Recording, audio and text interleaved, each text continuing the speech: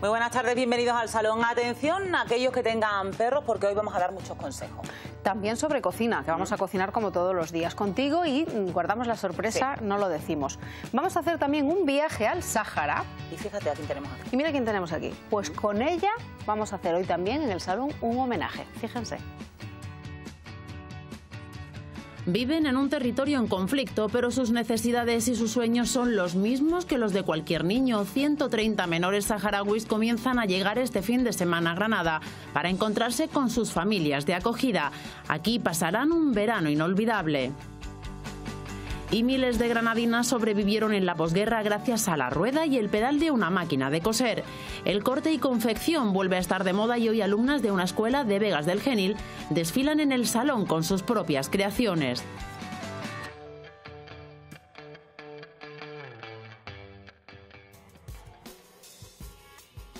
Una vez que han pasado las elecciones andaluzas y locales y cuando acabamos de conocer la composición del gobierno andaluz, estamos ya en disposición de tomarle el pulso a la corrupción y de analizar lo que el colega periodista José Ramón Villalba analizaba el otro día en un reportaje en Ideal, la huella granadina de los ERE y el EDU. Medio centenar de granadinos entre cargos políticos, empresarios y directivos están a día de hoy están imputados en estos dos casos, ERES y EDU, y en sus apéndices, Madeja y Barra. Tanto la UCO de la Guardia Civil como la UDEF de la Policía Nacional han tomado declaración en esta provincia en torno a 500.000 de personas. La detención más sonada, la de Marina Martín, exdelegada de Empleo de la Junta. Lo último es que la jueza Laya se ha despedido del Juzgado de Instrucción número 6 de Sevilla esta semana, imputando a los exconsejeros de Empleo Antonio Ávila y Manuel Recio. Bueno, los detalles de cada caso son largos y enrevesados. Nuestro objetivo es, sobre todo hoy, ver si vamos en el camino de la regeneración democrática y de la tolerancia cero a la corrupción. Y lo vemos con Susana Martín, periodista. ¿Qué hay? Buenos días. Con Francisco Martín Recuerda, presidente del Consejo Social de Granada, bienvenido también, y con Luis Chacón, financiero. Si comenzamos con el caso de los ERES, la gente tiene que saber que no se circunscribe a Sevilla. En Granada se detuvo al cuñado y supuesto testaferro del conseguidor Juan Lanzas. Las últimas 6 imputaciones, antes de los exconsejeros Ávila y Recio, están vinculadas a Granada y a entidades muy fuertes de la provincia, Caja Rural, DUL, FCC, CESPA. Este caso es como un virus, Francisco, que ataca a todos los palos sociales. La verdad es que yo lo veo más que como un virus, como una inmensa trampa. Es decir, al principio se abre un procedimiento de subvenciones, nadie sabe nada, y entonces poco a poco se va estructurando una cierta corrupción. Y al final, ¿qué queda? Pues que si no pasas por el aro de la corrupción, no obtienes lo que quieres. ¿Eso qué hace? Pues que primero una sensación de impunidad, porque pasan años y parece que ese es el camino normal. Es lo que decían algunos promotores en Marbella. Es que si no lo hacías así, es que si no pagabas el peaje, es que si no, pues no te daban licencia. Ya tenía condición de normalidad. Eso no era de obligado cumplimiento, de tal manera que las instituciones que no pasaban por el aro, pues no tenían las subvenciones en absoluto. Hasta ese punto estaba, o claro, está, ahora lo vemos, la corrupción insertada en nuestro propio ADN, en nuestra manera de hacer las cosas, en nuestras relaciones políticas, económicas, etcétera, etcétera. Hay una frase, la de sigue el dinero, ¿no?, para resolver casos que la estarán utilizando pues ahora los técnicos de la UDEF, de la UCO, demás, ¿no? Bueno, pues siguiendo el dinero, solo Lanzas y solo a través de operaciones en Granada derivó presunta y fraudulentamente 806.780.000 euros. ¿Es fácil o es difícil mover esas cantidades? Porque se movía dinero de unos sitios a otros, de bancos a empresas, de empresas a políticos, parece, como decía Francisco, con una impunidad y con una normalidad absoluta. Es sencillo. Muy sencillo. El problema está no tanto en la sencillez del procedimiento, sino en la capacidad del defraudador de darle apariencia de legalidad al procedimiento utilizado. España es un país donde se ha demostrado que mucha gente, por decirlo de un modo popular, muy cutre haciendo estas cosas. Es decir, en todo el mundo hay, bueno, pues entidades. Todos sabemos que una de las entidades que asesoró al gobierno griego para engañar a la Unión Europea fue un importantísimo banco internacional como JP Morgan. Es decir, procedimientos para engañar hay. No olvidemos que todo el lavado de capitales se llama lavado de capitales porque la mafia estadounidense compraba lavanderías para declarar facturación irreal y de esa manera el FBI le llamó lavandería al hecho de lavar dinero negro.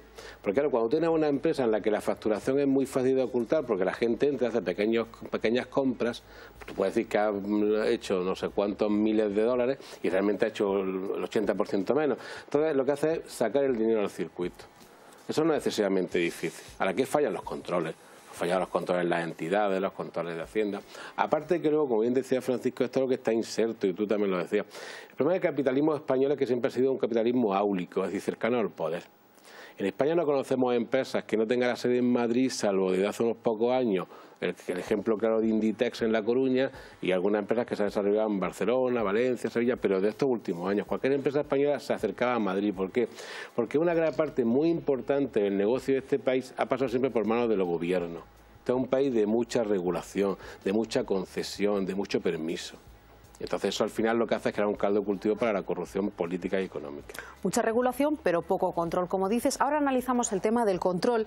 Esta semana, por ver la actualidad en estos casos, ¿no? La juez Mercedes Alaya daba el relevo a una compañera, la juez Núñez Bolaños, en los casos Eres y Edu.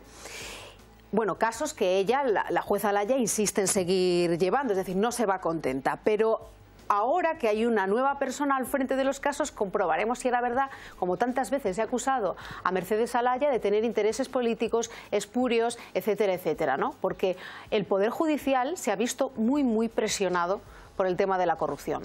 Pero es que el Poder Judicial también no deja de estar ligado al poder político.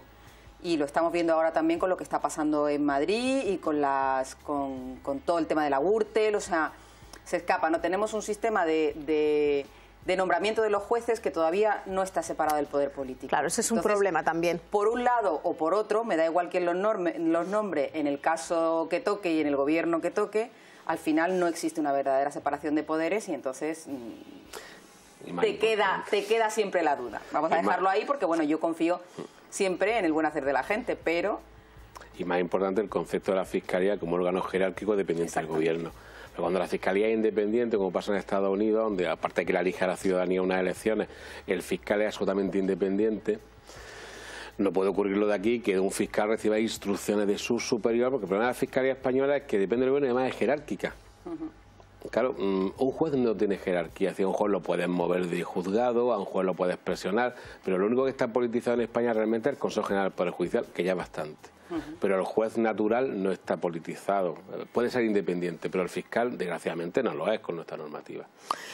Caso Edu, el de los cursos de formación. De los 254 imputados en toda Andalucía, 44 son de Granada. La UDEF ha detectado aquí 300 expedientes irregulares. De nuevo, dinero público, que esto es lo grave, ¿no? Aparte de los comportamientos poco éticos, etcétera, etcétera, es que se está jugando con dinero público y además en los dos casos, en los ERES y en los casos Edu, con dinero destinado a empleo, a parados, a formación, etcétera, etcétera. Pues esa es una realidad. A mí me tocó una vez como perito, perito del juez, una intervención sobre curso hace ya mucho tiempo. Entonces aquello tuvo su gracia porque había una conexión con un funcionario de la Seguridad Social que le suministraba los DNI para poder rellenar las fichas de los señores que hacían los cursos que no lo hacían nunca. Fue un tema que afectó tanto a Granada como a Jaén. Y se rompe porque la señora en cuestión no le es fiel a su marido y su marido se presenta en el juzgado y claro, dice toda la verdad y todo lo que conocía. Entonces yo me acuerdo que le decía a su señoría, pues es raro, porque esto pasa muy genéricamente. Si así es, pero es que en este caso es que ha venido el marido a confesarse y ya me contó la anécdota. O sea, de película de Alfredo Landa. De película de Alfredo Landa. Pues detención más sonada en Granada del caso Edu, Marina Martín, ¿no? Es delegada de Empleo, actual directora delegada andalusí, que aunque los responsables de la Junta en Granada ponen la mano en el fuego por ella, los investigadores la acusan de presuntos delitos de prevaricación, malversación y fraude en las subvenciones. Pues iba de nuevo en las listas de su partido, del Partido Socialista, a la corporación de Chauchina, ha salido y vuelve a ser concejal en el Ayuntamiento de Chauchina. ¿No eran estas las elecciones, las autonómicas y las locales, ¿no? ¿No era este el año de las elecciones de la regeneración democrática, del cambio en los modos? Sí, pero y lo es, yo estoy convencido de que lo es, pero de los demás. Es decir, el problema en otros partidos políticos, en cierto modo, es como el de las madres, ¿no? Cuando te digo, perdonad porque aquí hay dos. Sí, tu niño siempre es el más guapo y el que mejor hace la obra de teatro en el colegio, ¿no? Y el único que no lleva el paso cambiado cuando desfila. La realidad es que el problema de este país es que somos muy corporativistas. No somos los colegios profesionales, como Francisco sabe, muchas veces es difícil que un médico declare contra un médico en un procedimiento de reclamación penal, o un abogado contra un abogado, ¿no? Y luego también lo dan los partidos. Aquí digamos, tenemos intrínsecamente un sentido del grupo, somos muy gregarios. Eso que el español individualista es mentira. Pasa es gregario de su grupo, no el de los demás. Entonces, los demás, a la más mínima sospecha, deben irse. El mío tiene presunción de inocencia. Yo creo que esto se arreglaría muy fácilmente estableciendo legalmente en qué punto del procedimiento debe un cargo electo abandonar el mismo. Pero Luis, tú fíjate que ahora estamos viendo ya no el punto del procedimiento, sino estos días estamos viendo qué tipo de procedimiento. Aquí, según se nos vayan presentando los casos, vamos cogiendo las excepciones que nos hacen falta, ¿no? Ahora resulta que ya imputado sí, pero imputado depende de en qué. Imputado sí, pero imputado poco. Ahora cambia la palabra imputado por imputado medio pensionista. Claro, efectivamente. Entonces, al final terminamos arreglándolo a lo que nos conviene en cada caso. Lo cierto es que el ciudadano lo que esperaría hoy, sobre todo después de toda la inmensidad de casos de corrupción que estamos viviendo, es que los partidos fueran capaces de sacar de los puestos que correspondiera a la más mínima sospecha. Pero fíjate, Luis, yo no estoy muy de acuerdo con eso, porque y me duele ser pesimista. Tú antes hablabas del ADN, has utilizado la expresión ADN. Vivimos en un país, y yo lo he comentado en alguna otra tertulia, donde es absolutamente normal que te arregle la lavadora y te digan con IVA o sin IVA. Entonces esto, que parece una tontería, es la escalada a los miles de millones, porque al final el pagar la comisión correspondiente para que te den la subvención, es cierto que no estamos llamados a ser mártires de la causa, ¿no? Y a ser el más honrado, o sí, a lo mejor sí.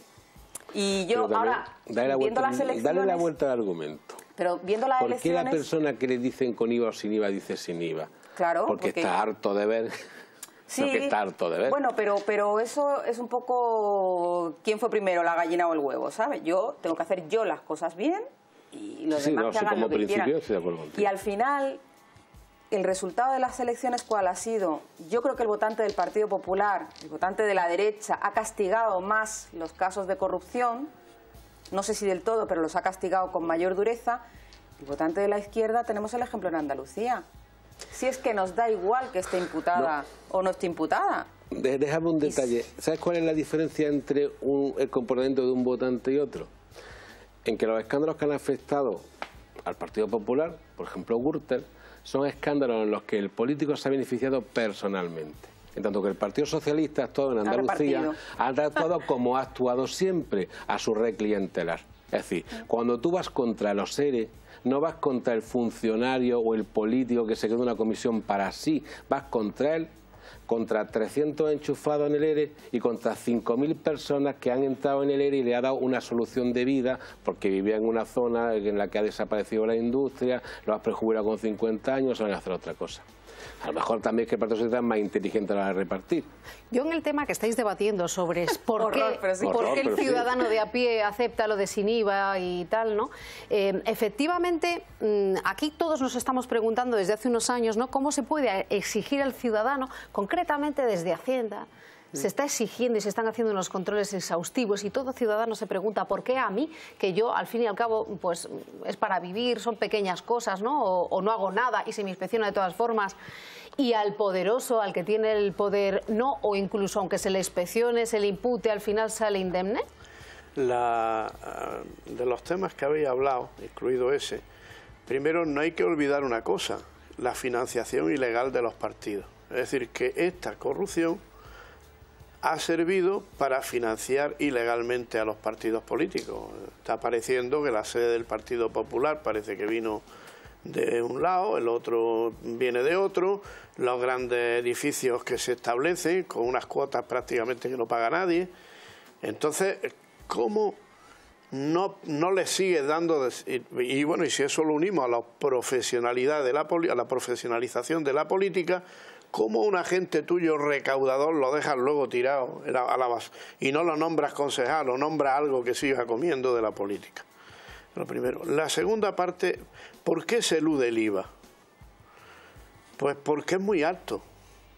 Es decir, existe un principio que es la curva de Laffer, que dice que la recaudación empieza según va subiendo el tipo, va subiendo, pero llega un momento que llega a la culme y empieza a bajar. Es decir, que por mucho que aumenten los impuestos, baja la recaudación. ¿Por qué? Porque estás creando un interés paralelo, que es el interés de defraudar. Si tú en el IVA, por ejemplo, del fontanero fuera un 5%, pues ¿qué se va a meter en películas? Ahora, si a una honrada madre o padre de familia le quitas un 20% o un 21% de IVA, dice, hombre, eso ya sí merece. Pero no será, Francisco, lo injusto del tributo en concreto o de la norma o de la medida lo que justifique que se incumplan, ¿no? En principio, como norma hay que cumplir una rentabilidad del tributo, si existe una rentabilidad para todo y un riesgo. Si el riesgo es pequeño, porque Hacienda no tendría capacidad para investigar a todos los consumidores, pero es que además de eso ha creado un sistema que produce el riesgo, que es el sistema de módulos, que produce la posibilidad. Bueno, el sistema de módulos. Que se pone en bandeja y si ya nuestro favorece un poquito es proclive el tema. Pero yo creo que va más por ahí, por el espíritu proclive, porque tenemos sociedades, pienso en Suiza, donde los impuestos son altísimos, pero se ve el impuesto. Pero es que exactamente, que esa es la cuestión. Esta es la vieja frase de impuestos de suecos, servicios de africanos. Claro, efectivamente. Entonces, si tú ves que tu impuesto, que tus calles están limpias, que hay seguridad, que tiene unos servicios que te cubren las cosas, que tal, estás digamos, comprando un servicio, estás pagándolo.